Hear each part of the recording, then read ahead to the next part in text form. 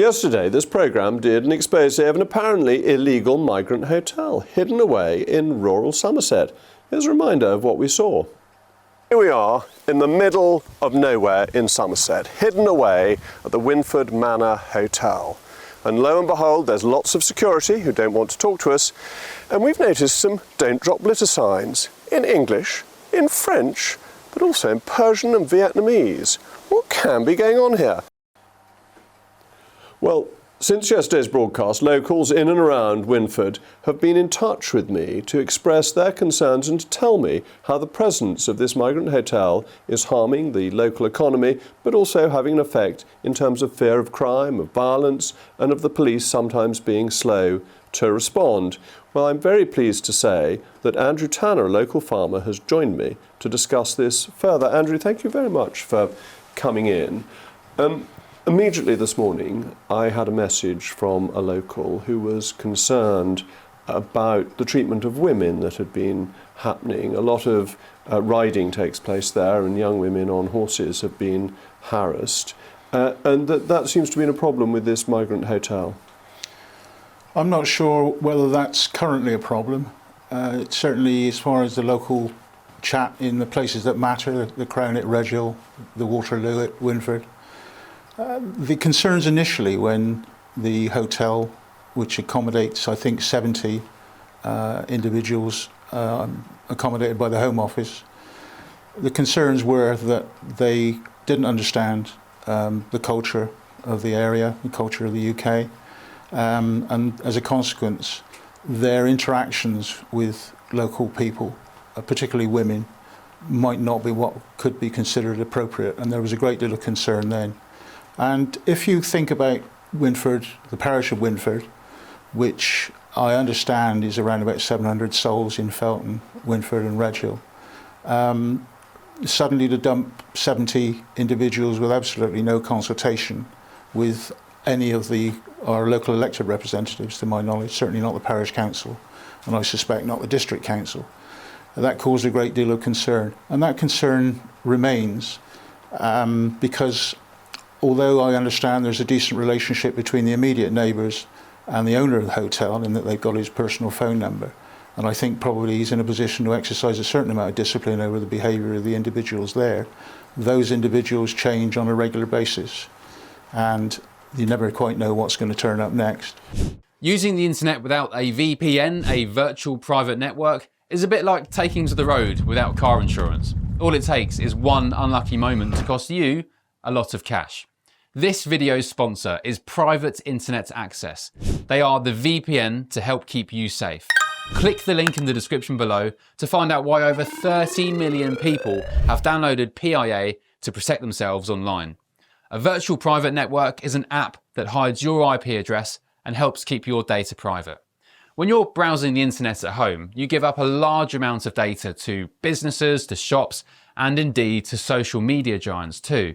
Hackers have the ability to steal your personal data with ease, including sensitive information such as passwords, keystrokes, and even your personal photos. Private Internet Access helps protect your personal data by encrypting your internet connection to keep your data out of the hands of cybercriminals. And it's not just hackers either to be concerned about. Information can be censored too. When Canada passed their C-18 bill, social media giants decided to ban news content on their platforms. But PIA can protect your ability to consume the news and content you love.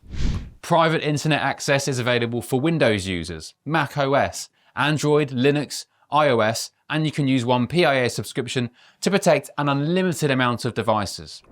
And we've got a huge GBNews discount for you too. Click the link in this video's description and you'll get a massive 83% off PIA. That's under £2 a month, the price of a coffee, and you'll get an extra 4 months completely free on top. Also, there's a 30-day money-back guarantee too. Visit piavpn.com/GBnews to start protecting yourself digitally today. And the problem is that there's a fear of crime and that Winford is quite remote, so the Somerset police are quite good, they've got a good reputation, but with the best will in the world, they can't get there that quickly. No, I mean, it has been said perhaps in jest that you don't measure response times in our part of the world with a watch, you measure it with a calendar. Now, that's probably a little bit of an exaggeration, but certainly if anything kicks off, then the police need to be able to find the immediate location. And not everybody's got the immediate location in 3 words or whatever systems are available. So if there was a problem in terms of the conduct or behaviour of any of these individuals, the police have got to find you, because simple things like street names don't exist in the way that they would if they were in the urban conurbation. No, indeed, and the lanes you're going down are very narrow. It's very, very tucked away, hidden away. But one of the other things that I know you're concerned about has been the effect on the local economy, on local businesses, because it was an airport hotel, and people who are about to go on holiday tend to spend a bit of money locally. Yes, if you think about the way it's operated at the moment, to my knowledge, there's no local employment. Nobody locally works at the hotel. There are no local suppliers. So as far as Cliff Pierce, the butcher in Chew Magna, when he was operating, now Kelly's, they would have reasonably expected any decent hotel to try to source their raw materials locally. That doesn't happen. Laundry, I think, probably is done by a national operation. And the local pubs don't receive the business that they used to receive. And you're saying local employment, there would have been people going in there to make the beds, clean the rooms and so on. That's much less than it was, I assume. I assume you don't get a turn-down service if you're an illegal migrant with a nice little chocolate on your pillow. Well, I'm not entirely sure that might not be the case. You never know quite what the Home Office are paying for, do you? Well, it's certainly expensive enough. And so what have the local publicans been saying to you? Have they found that they've lost out business on this? I think it would be difficult to measure because, of course, in relation to the timing of this, but it's a reasonable expectation.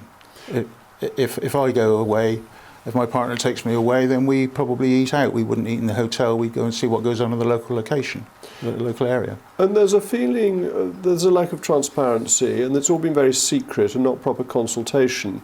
And that if people perhaps had a better understanding of what was happening and there was an effort to integrate, it might be easier to deal with. I think if there's a certain arrogance from the Home Office and possibly the civil service.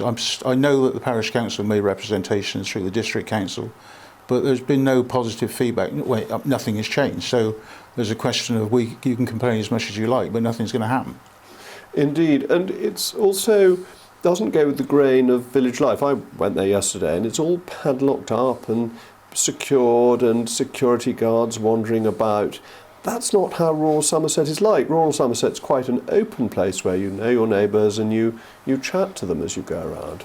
Yeah, I mean, one of the concerns is if you get strangers, doesn't matter where they're from, people tend to know who is around and about. And if we've got enough problems as it is with people coming out of the urban conurbations and not behaving as we might expect them to, yes. Thefts and things like that, and fly tipping and God knows what else. So there's always an awareness of who is about, and that hasn't been helped by having an additional 70 people in who are culturally different. Who are culturally different, and the culture is part of it, isn't it? That in North Somerset, in North Somerset, it's fairly culturally uniform. It's not Bristol, it's not Birmingham. And therefore it's quite a change, goes against the grain in a way it wouldn't necessarily in an urban area. I think the greater concerns are not so much which part of the UK you come from if you visit Winford, but you know how to behave in the company of women, you know how to behave as far as the rights of property are concerned. You don't trespass on the farmer's land, that is the key, or frighten their cattle. I would challenge anybody really to be frightened of my cattle. Well, that's a subject we should talk about another time. The wonderful Somerset sheeted cattle, sheeted Somerset which cattle, are some of the most beautiful, elegant cattle you can find. Absolutely. Andrew, thank you very much.